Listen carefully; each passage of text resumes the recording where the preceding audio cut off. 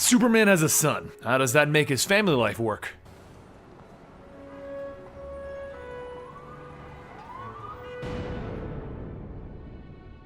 Welcome to the Complete Story Series, where I take trade paperbacks to single issues and I break them down into digestible bites to help you understand. Then I read it dramatically back to you. All alterations to the panels, text, and images are to prevent copyright problems, and all art is owned by its respective companies. This is the first arc of Superman in the Rebirth series of books. For those of you wondering, the New 52 Superman died in the final days of Superman, leaving this alternate universe Superman as the only Superman in the world. This Superman comes from before the Flashpoint event, and he's married to Lois Lane and he has a son, Jonathan. They were going by the name the Whites, but now they've moved to Hamilton County and they've changed their name to the Smiths, Clark and Lois Smith. There's a fire blazing in the barn, and Clark is getting the animals out, walking through that fire without it even harming him. And Jonathan looks out smiling at his dad, because his dad is Superman. The next day, Clark is walking around hauling the heaviest objects when Jonathan runs up to him saluting. "Can we start rebuilding the barn?" "Sorry, Jonathan. We still have to clean up some before we can begin." "Okay, Dad, don't start without me." "Well, do you promise to keep your powers holstered when I'm not around?" "Yes, sir."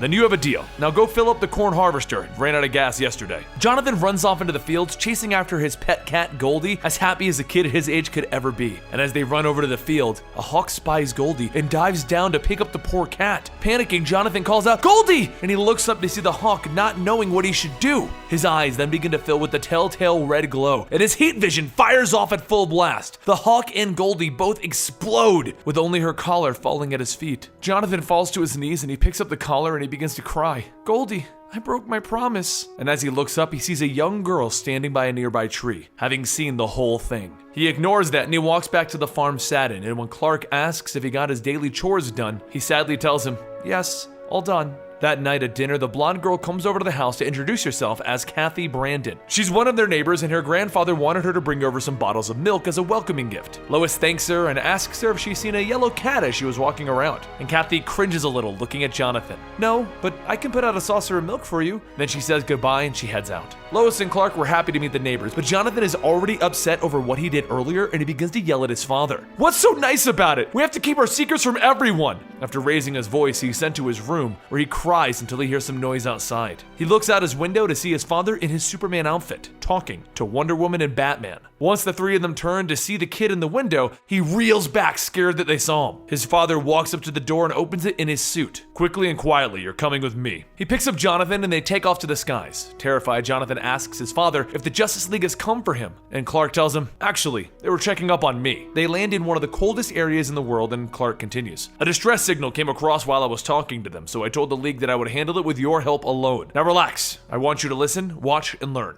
"Okay." Clark flies over to a damaged sub where he lifts it out of the water and he seals up the hole with his heat vision. He then lands near the crew as they thank him for his help. But that's when everyone hears a whoosh! A giant octopus-looking creature comes out of the water, grabbing the sub. Jonathan panics, shouting, "Dad!" Superman tells the crew to get below and he begins to fire his heat vision at the creature, and then he swoops in to give it a flying uppercut. Jonathan once again calls out, "Dad! Whip it away from!" But that's when one of the tentacles breaks through the ice next to Jonathan, knocking him over. Superman panics. That's his son! "Look out, John!" He swoops in, grabbing the tentacle from hitting John, and he tells him, "Use your heat vision behind me." John is stunned. "Me? I don't have..." "Do as I say, concentrate. Aim for this crystal contraption controlling it." "But I'll hit you!" "I said do it." "Yes, sir." So John blasts his heat vision at full blast into his own father's back, and he quickly falls to the ground, upset with himself. "See? I hit you!" "It's okay, son. I can take it. Try again. You can do this." So Jonathan throws off his winter coat, showing the Superman symbol jacket, and he lets it rip. He burns into the creature, tearing it down, and then it falls back into the ocean. Both father and son hit the ground, and Clark looks at his boy. "About that shirt. I found it in a secondhand store with Mom. It has your S and everything." "I can see that. So you wearing that shield for what? Superboy?" "No, sir. A lot of people wear Wonder Woman's symbol and some have Batman's. I just wanted to feel super like you." "John, you aren't like the boy that outgrew the shirt. I'm afraid someday soon you'll have to stand up and embrace that S for yourself. It's not about our powers. It's about our character. It means doing the right thing when no one else will. Even when you're scared. Even when you think no one is looking." "Dad, I disobeyed you. I used my powers when you weren't around. There was a hawk that grabbed Goldie and I thought I could." "There's a distinct ozone smell whenever we use our heat vision. I caught a whiff of it at the barn the other day. It was an accident, but now Mom's cat is dead because I didn't listen. I'd give anything to take it back, but I can't." "Will Mom be mad?"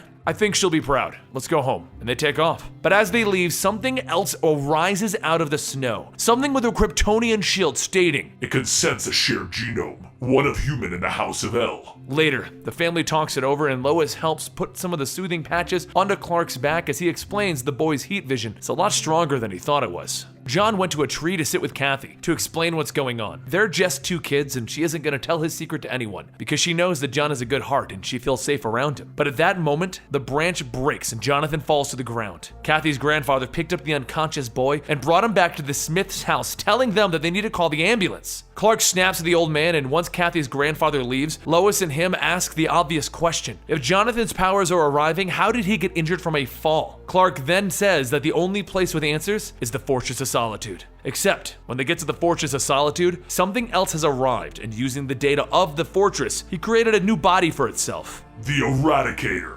Superman walks in with his family and he sees the Eradicator, and he remembers the Eradicator from his timeline when he died and the Eradicator tried to take his place. So without warning, Clark tackles him and he slams him into the ground, demanding to know why he looks like this ghost from his past. And the Eradicator tells him, "Because we are Eradicator. If you're Eradicator, then I know what you're capable of." What we are capable of is saving Krypton, Kal-El. You must trust us." I don't think so. So the Eradicator blasts him, planning to incapacitate Clark until he listens, and Clark gets back up with his eyes glowing. "Lois, take John to the back of the fortress." Lois looks worried, and luckily John wakes up right then. Superman dives back in. "I won't let you threaten my family." The two titans hit each other repeatedly, causing earth-shattering explosions, and John tells his mom that he has to help his father. But in the midst of the destruction that's going on, a pillar has begun to fall on Lois and John. Clark looks up and he sees that it's happening too late. He's going to lose his family until the Eradicator catches the pillar. He looks at Lois and John. "I suggest you move away quickly from the point of impact." And Clark sees that the Eradicator saved them. So he goes back to his original intentions, getting scans of Jonathan's body. And while the scan is going on and Krypto is watching over the boy, Clark asks the Eradicator, "What's going on?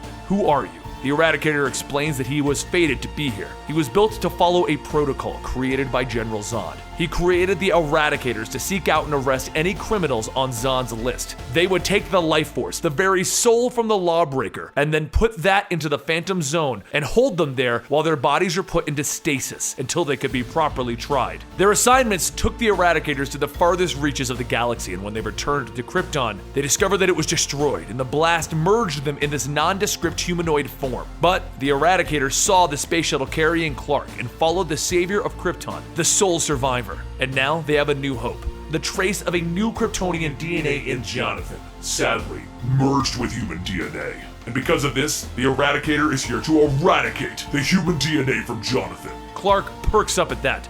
"You were talking about eradicating half of my son." The Eradicator begins to hover, and he glows, and he says, "The first step is to ingest." And he begins to suck in the area around Jonathan. But someone decides to sacrifice themselves to save the boy. And Krypto leaps into the path, allowing the Eradicator to ingest him. John looks in horror at where his dog was just swallowed up, and Krypto's cape hits the ground. But Clark, he's done playing, and he slams the Eradicator into the ground. Over and over he hits him. Wham! Wham! Wham! Until John falls to the ground, clutching Krypto's cape. Tears begin to stream down Jonathan's face at the sound of his father beating on the Eradicator, and it begins to get louder and louder with each progressing harder hit. He then stands up with his own glowing red eyes, clutching his dog's cape. His mother gets in his way and John tells her, "After Goldie, I promised I wouldn't kill again." "John, listen to me. You have the best of both worlds inside of you. You are great. Choose to be." So he zips his coat up again, revealing the Superman shield, and he throws on Krypto's cape and he goes in for it. And with a combined punch, father and son tear Eradicator's head off of his body. Clark grabs his son and he tries to move him out of the blast radius of the energy of the souls that begin to pour out of the Eradicator. Power begins to pour out of the broken robot as he declares, "The life force of a dying world forever lost, shattered. We became their haven from the cold void, preserved their Kryptonian legacy within ourselves. We are one, we are one, we are one." And then whoosh!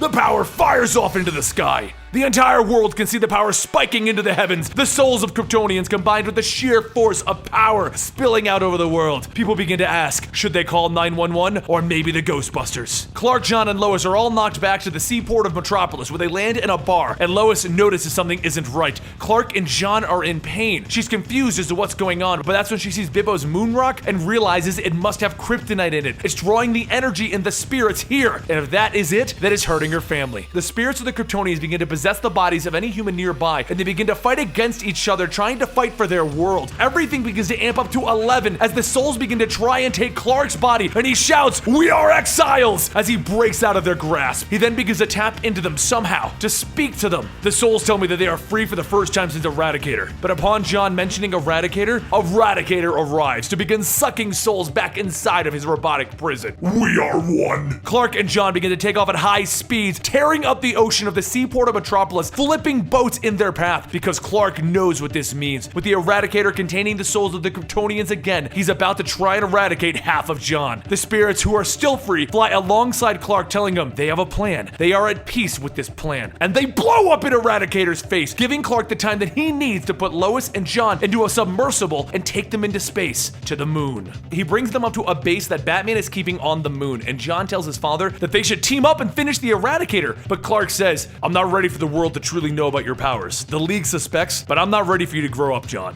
And that's the moment that the Eradicator arrives. To eradicate. Clark tells them to run and hide while he begins to fight it out. He's trying his best, but the Eradicator gets closer and closer to John and Lois until he absorbs Clark, bringing him into the Soul's prison. And with a smile, he looks down at John, and John blasts him with his heat vision. John and Lois make a break for it, but the Eradicator grabs Lois and throws her aside. He begins to chase the terrified boy across the base. That is, until Lois appears in the Hellbat batsuit, grabbing him. That batsuit is a suit built with the powers of the Justice League to give Batman a fighting chance against the likes of Darkseid, and it just happened to be in the location that Lois is thrown to. She demands that the Eradicator get his hands off of Jonathan, and John is rightfully surprised. Lois throws him around for a minute, and then he begins to launch his power at her to burn her. So John jumps in, swinging away in the fight, and the two of them together begin to throw the Eradicator into a wall. Meanwhile, inside of the Eradicator, Clark isn't dead. Instead, he is in there asking the souls within the Eradicator to inhabit his body instead. Give him the power of each of them. Give him the power to free them and defeat the Eradicator. As the Eradicator puts down Lois, throwing her aside, and grabs John to complete his mission of killing half of him, he suddenly stops. He can't feel his power any longer. And that's when Superman climbs out of the Eradicator's mouth. "I'll take it from here, John. I've had enough," he shouts, burning the Eradicator. Lois gets up, grabs John, and pulls him out of the fight as Clark is burning hot with the power of all of the Kryptonian souls, and he's done playing. John smiles. He's supercharged! The Kryptonians inside of him are helping Dad! "We need to help too, Mom. We're family." Superman slams the Eradicator down, telling him that it's Krypton against him. "Stand down." And then he punches him so hard that he punches him through the floor of the base, and he buries the Eradicator into the center of the moon. They come out on the other side, and the entire world is watching through satellite feeds as the moon is now burning bright with fire and power, and the beams shoot straight up into the sky above the moon. Superman then lets the souls free to let them tear apart the Eradicator. He has a brief moment of joy as he thinks that he can pull the souls back into him, getting his power back, but that's when Superman grabs him by the chest. "Leave no dog behind. Krypto, we're leaving." And then he tears Krypto out of the Eradicator. He then smacks the Eradicator down, telling him,